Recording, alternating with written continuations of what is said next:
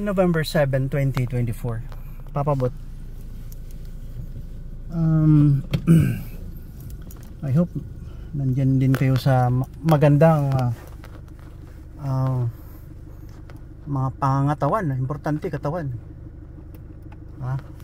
Lahat na. Kasali na yung pag-iisip.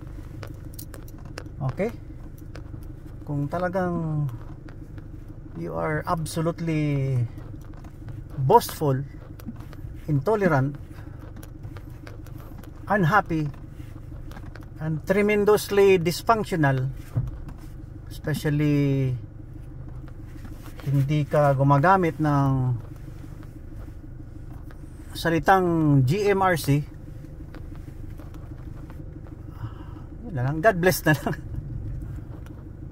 November 6 kahapon, pagdampot ko pa lang ng aking apo, pag-upo pa lang ng yaya dyan sa likod,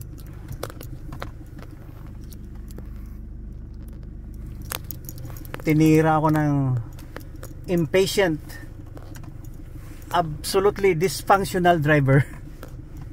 Yan, see? Hindi ako nagkamali. Pag wala kang patience,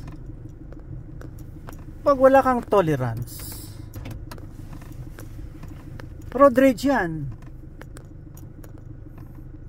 Gusto mo mauna ka, ikaw na, mayaman ka na, sikat ka na, dahil nakabili ka ng sasakyan na hiniram. Hindi pa sa'yo sasakyan yun. AEB, ha? Alpha Echo Bravo 9762. Nag-vlog ako kasi natutuwa kasi ako pag nagadampot ng anak yung apo ko, dahil makikita ko ang smile niya pag may stars. Magre-report yan siya, I have stars, why? I ubos may baon. Nakakatuwa talaga. Diba? Tapos paupo pa lang dyan ng yaya, wala pang 1 minute eh, vlog na sa likod. Sabi ng yaya, gibanggaan ka papabot. Gibanggaan ako sa likod, wasak ang aking taillight. Sir, ma'am, kung saan ka man ngayon, ako ay nananawagan. Mayaman ka man kaya? Driver ka man kaya? Di ba pag nag-drive ka, respeto? Pinapaliguan mo nga sa sasakyan mo, halikan mo pa eh. Di ba nagpunta ka ng car wash para magpa-sexy? Para gumaganda-ganda yung sasakyan mo. Di ba? Mas sexy. Para gwapo, tingin sa'yo. Choy. Bakit mo sirain ang kutsi ko? Di ba? Do not do unto others what you don't want others do unto you. Pa-display ka ng sasakyan mo. Yaman mo, sir. Magbayad ka. Palitan mo yung tail light ko. Wala kang batasan. Dili na ta pwede maghagit pa og gubot. Kaya dili pod ko mo atras. Makinig muna kayo ng music para luminaw-linaw ang iyong mga paningin at mga pag-iisip ay maging tama. Let's see.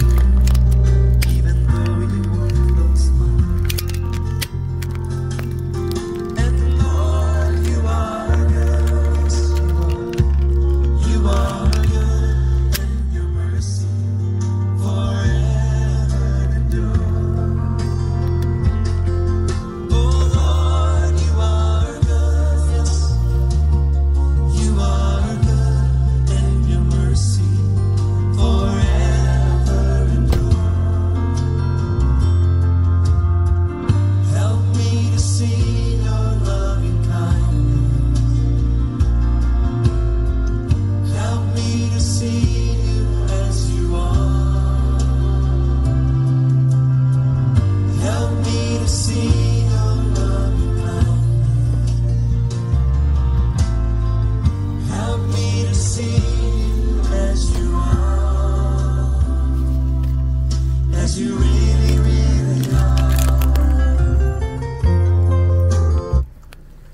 kung gagawin ko kaya sa'yo yan, pag nakita kita, ha?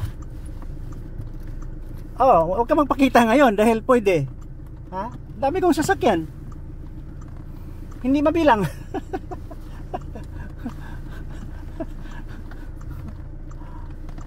Joke lang, joke.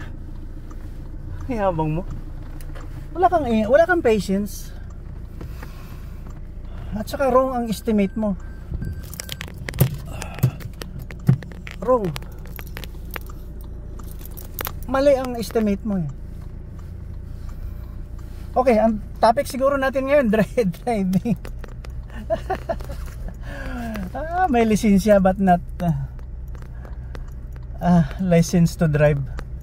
Believe na ako sa Pilipinas. Minsan kasi hindi nakikita yan, nakukuha sa driving school lahat eh. Generally, ang respect ay natutunan sa ugali ng mga magulang na lumaki din sa simbahan. Dahil ako, kung wala sigurong simbahan, wala ako, hindi ako mapakinabangan ngayon. Oh, alam ko stubborn din ako eh. If you think na you are stupid, I think I'm 50 times stupid than you. Di ba? Buti na lang marami akong grasya na wala na akong hugot kung pwede pa lang. Dami ko ng grasya na receive. Ngayon, nandito lang ako para mag-advise. Advice lang. Driving. Grabe, no? Patience lang. Pag makita mo na parang masikip, let others go first. Wait. Oh. Para kang tricycle driver eh. Fortuner ka pa naman. So luckily naka-video kasi pati yung likod, gumagana yung likod eh. Kahapon lang ako nag lecture na ang aking